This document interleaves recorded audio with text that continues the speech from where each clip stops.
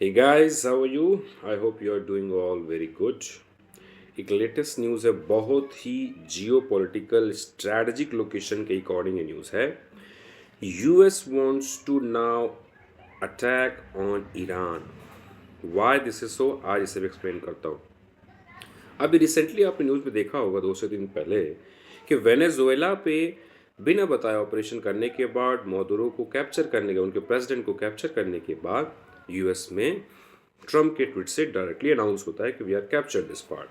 Y? Because 23% of barrel this petroleum, 23% of the world single under the ambit of Venezuela. Second, 19.5 trillion barrel this petroleum have by the Iran, that is sanctioned by the US, but 80% इसका China अभी भी ले जाता है। क्यों?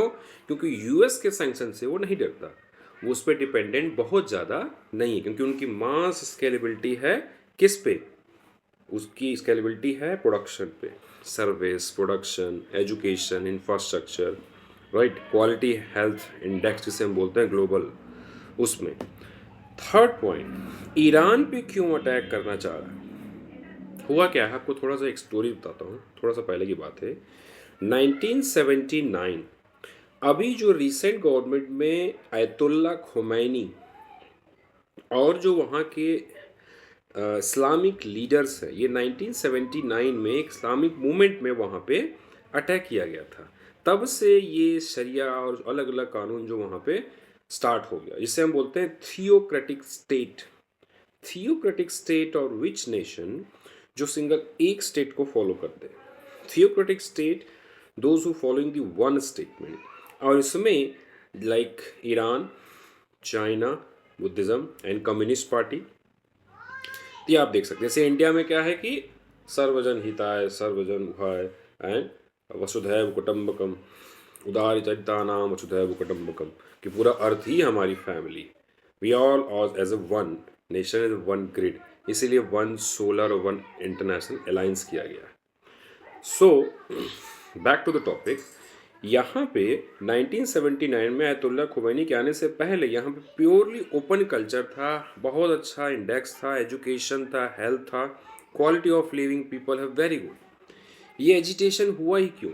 परसों शाम को local people are attacking and they are posting that paper कि this man should become this president, जिनका एक नया फेस है, जो उस फैमिली का है जिसको 1979 में मारा गया था। उन्हीं का इराजियन, उन्हीं का ये पोस्टर। इनके खिलाफ क्यों है? क्योंकि उनके पास इस समय एक यूरानियन डॉलर, एक यूरानियन दिरहम के बराबर, लगभग 250 दिरहम के बराबर उनका $1 है। मतलब कि लगभग वो ऑलमोस्ट उनका डिफ्लेशन ऐसे आ गया, इन्फ्लेशन, कि वो एक नॉर्मल खाने की चीज़ भी नहीं खरीद पा रहे हैं। क्यों? Because of their leaders. वो लीडर्स ऐसा उनकी वजह, अब उन्होंने तो nuclear sites and nuclear missions नहीं बनाए।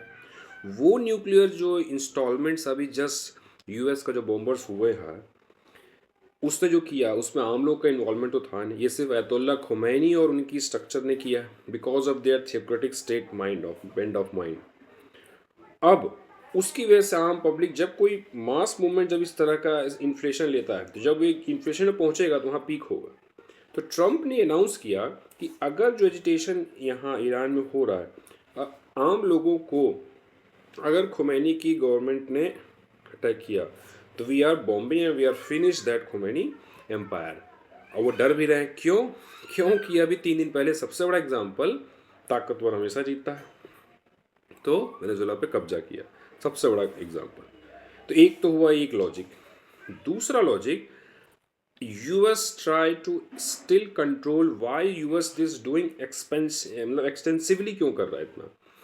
वैसे भी टैरिफ में Trump are doing so much from January 2025 onward, last 1 year में बहुत कुछ कर चुके हैं।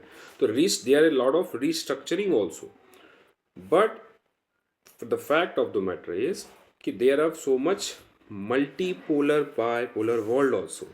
US is trying to get out from the 88 international institutes, जैसे WTO एक नाम का एक WTO रह गया है। अब सिर्फ एशियन डेवलपमेंट बैंक, हम लोग बात कर रहे थे कि यूएस क्यों ऐसा कर रहा है, एक्सपेंशन पॉलिसी क्यों कब्जा करना चाह रहा है।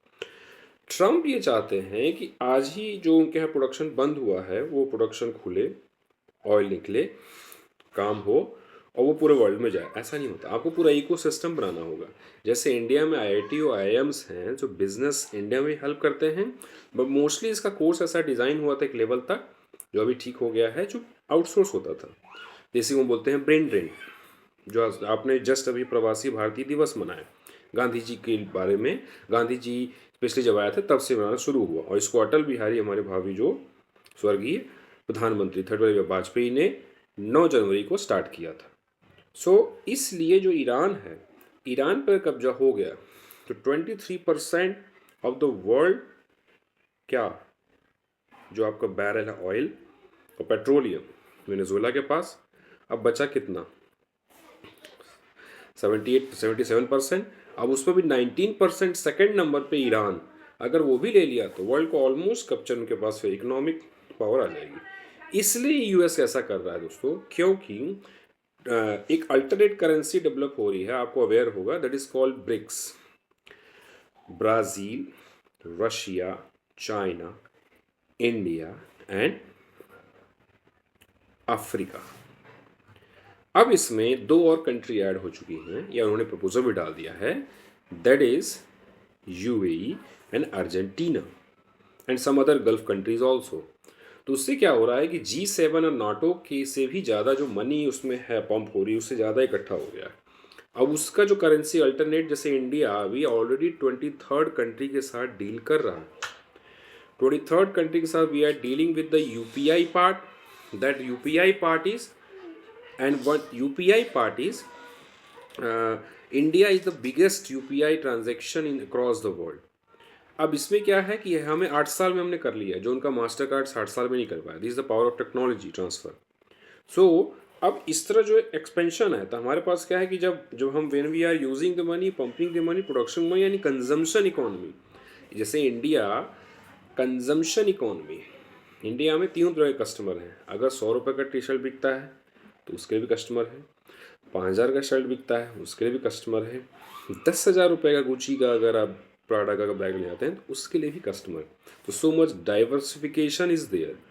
सो इसमें क्या है कि all our consumption by the people of India only, इसलिए हमें ज़्यादा इफेक्ट नहीं पड़ा।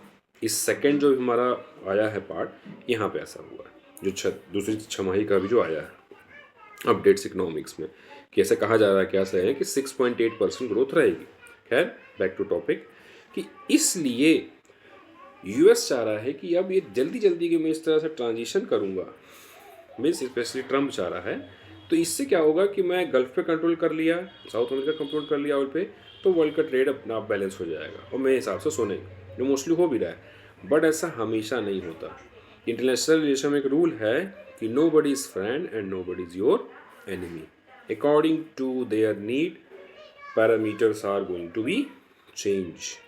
सो जो परमुटेशन कॉम्बिनेशन है पूरी तरह से चेंज हो गया। अब इसमें देखना है कि अगर खामनेई ने, आयतुल्ला खुमैनी की जो टीम है उन्होंने अटैक किया, आपने पीपल्स पे एजिटेशन क्रिएट किया, तो यूएस की जैसे डेल्टा फोर्स रेडी, इजराइल की एक फोर्स है, आप लोग जानते हैं Mossad, one of the biggest top secret operation in the world, उनकी एक फोर्स रेडी है ऑलरेडी, जो सिर्फ इलेक्ट्रॉन जाएगा एवरीथिंग्स फिनिश, प्रोटॉन जाएगा एवरीथिंग्स फिनिश, मतलब उसका वो जो ड्रॉप होता है ना एशेस, वो एशेस भी नहीं बच रही। इस तरह की मशीन्स आ गई हैं। प्रोडक्शन और डिफेंस और रिसर्च में उन्होंने इतना ज़्यादा इन्वेस्टमेंट किया है जिसमें इन्हें करना बाकी है। तो ये था आज का एनालिसिस। आपको कैसा लगा? थैंक यू सो मच, बताइए।